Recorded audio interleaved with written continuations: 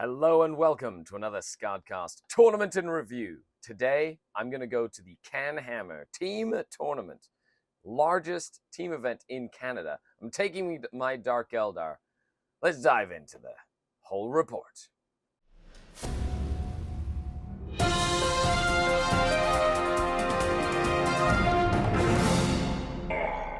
The Dark King. Okay, so you know how this goes. I go to an event, I show you my list, I do my whole breakdown, and then we come back to the studio, we break down what worked, what didn't work, all that good stuff. Oh, I'm excited about this one. Let's dive into the list itself. And here we have the list in all its glory. 2,000 points of Dark Eldar. The link to the list is in the description below, or the comments as well, so check that out. And it's an Arcs of Omen detachment. It's the last hurrah, really, of this list for 9th edition. So if you're just tuning in for the first time, let's go over the list real quick. We have Drazar, who is the Warlord. Master of Blades, he has Hatred Eternal, of course. Archon Skari with Ancient Evil and the Jin Blade. And a Succubus, who is a Master with Precision Blows and a Triptych Whip. So I have one detachment of Cabal of the Obsidian Rose, and that has 6 Cabalite warrior squads, each with a blaster and a Phantasm grenade launcher. 3 Raiders with Dark Lances and Phantasm grenade launchers. 3 units of Incubi, one is 6 strong as well, and a large Court of the Archon. Archon, Skari, and Drazar are in that detachment. Then I have a patrol detachment of Coven of the Dark Creed, which of course is the leadership debuffs. Got the Succubus leading that patrol. 2 squads of 5 Racks, one with an Ossifactor. 3 Venoms with Grizzly trophies. 2 of them have Chain Snares. And rounding off the whole list, 2 units of 3 Reaver Jet Bikes with blasters. The aim of the list is to be a take-all-comers list. It does an incredible amount of damage in both the shooting phase and the combat phase.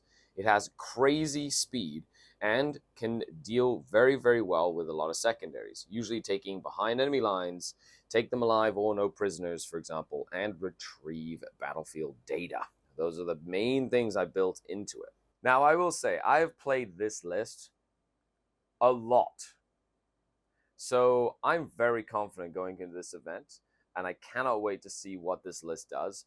But I can't wait to come back and tell you a little bit more about it and what I've learned into some of the matchups that I might have not played. I'm very excited.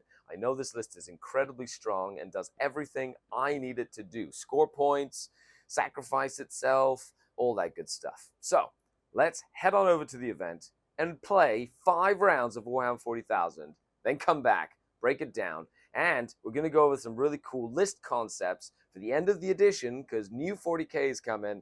And I'm really excited, and I want to know what you want to see me play in like this last little bit of the edition. Okay, let's get to the event.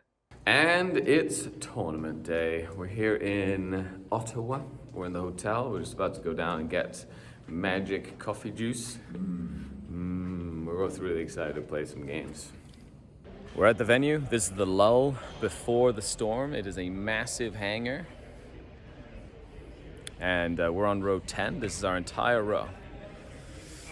And we're just about to get started in about an hour. Round 1, we're playing against the Cornflakes. And of course, everybody is getting ready. Look at that.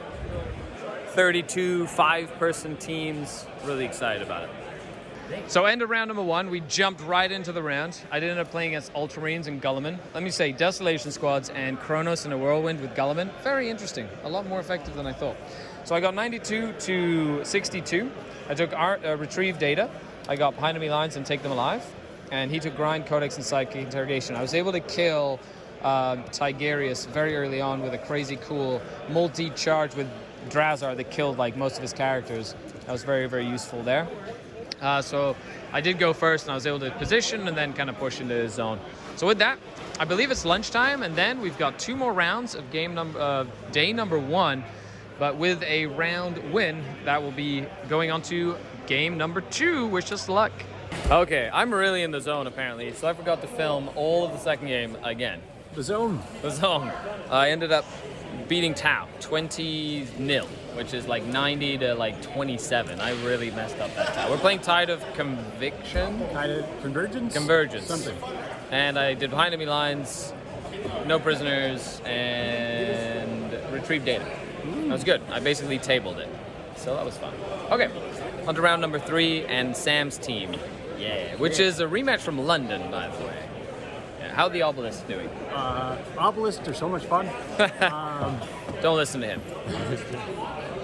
So I'm playing against Genestealer Cult. This is how it looks once you've zoned out the entire table so that they can't get their retrieve data or get exposed, to like prevent them from getting behind you. That's the biggest thing. So they don't get +1 to wound into your army. So I've literally put my army like that. I'm playing Christian, playing Genestealer Cult. He's going into a second turn. I did have to go first and recover the relics.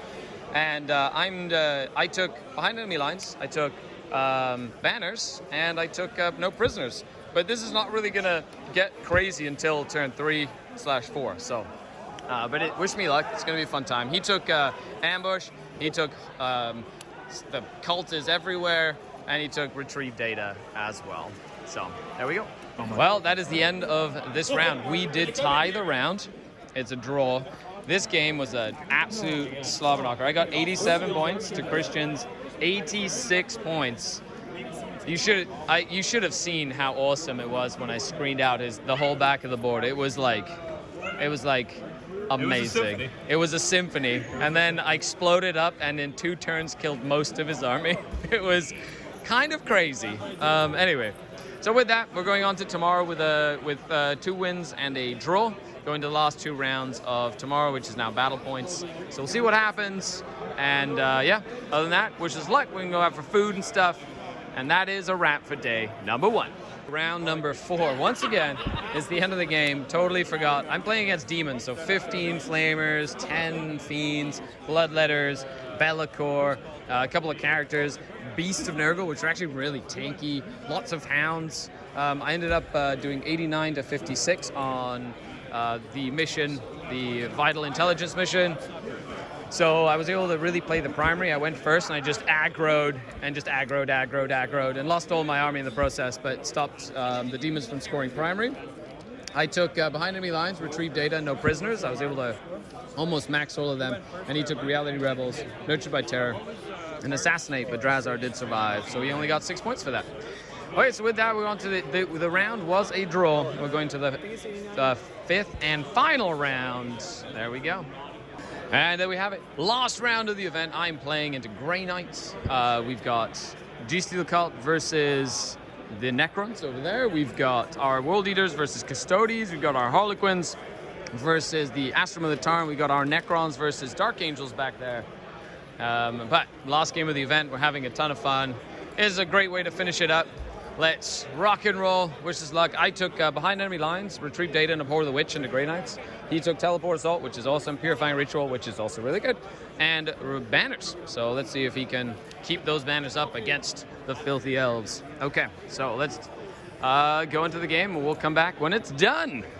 Okay, with that is the end of the round. It was a 16-point win for me, 4 points for the Grey Knights. It was 16-4. I was able to go first and just kind of dictate the pace of the game. And then he was able to come back in the last couple of turns. Made a big mistake. There could have been 1 more point there where I tried to charge too far. I should have not charged my Mandrakes into a further target. Should have just gone for the closer one to pile in. Anyway, it was a really good game.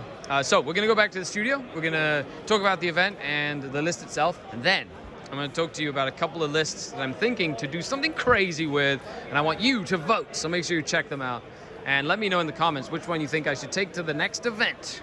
And we're back after the event. Wow, what a fantastic event. It was 5 rounds, 2 wins and 3 draws. Like, who does that?